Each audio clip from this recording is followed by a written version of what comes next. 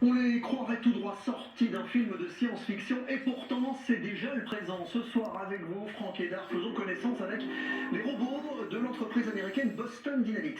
Et pour commencer, Dominique, je vous présente Spot, le chien robot. Il mesure 1 mètre de long, 70 cm de haut et pèse une trentaine de kilos. Il peut se déplacer à une vitesse d'un peu moins de 6 km/h. Sur son dos, il peut transporter jusqu'à 14 kg. Il est aussi très résistant, étanche à l'eau et à la poussière.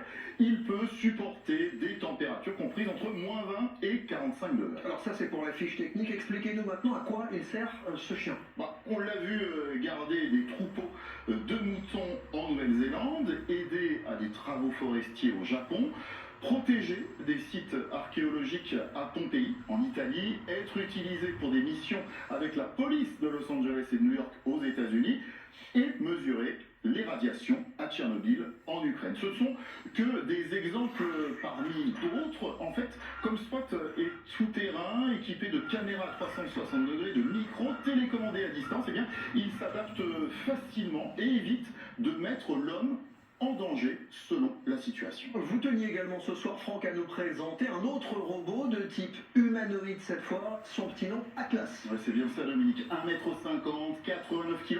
Atlas se déplace à une vitesse de 9 km/h. Ce qui lui confère, vous allez le voir, une certaine rapidité et dextérité. Et il apparaît aussi très agile. Alors ça c'est clair, Atlas peut porter des paquets et aussi franchir des obstacles.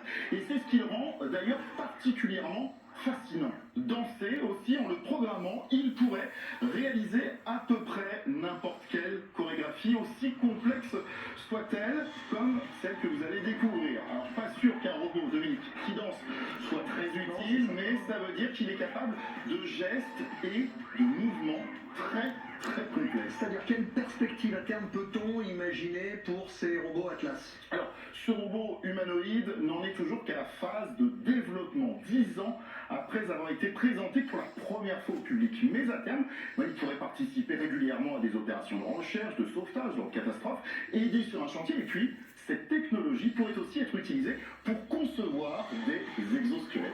Merci Franck, en attendant tout ça, il danse et on ne se lasse pas de les regarder faire. Je l'aurais tout appris, Dominique. La 10e édition des Game Awards.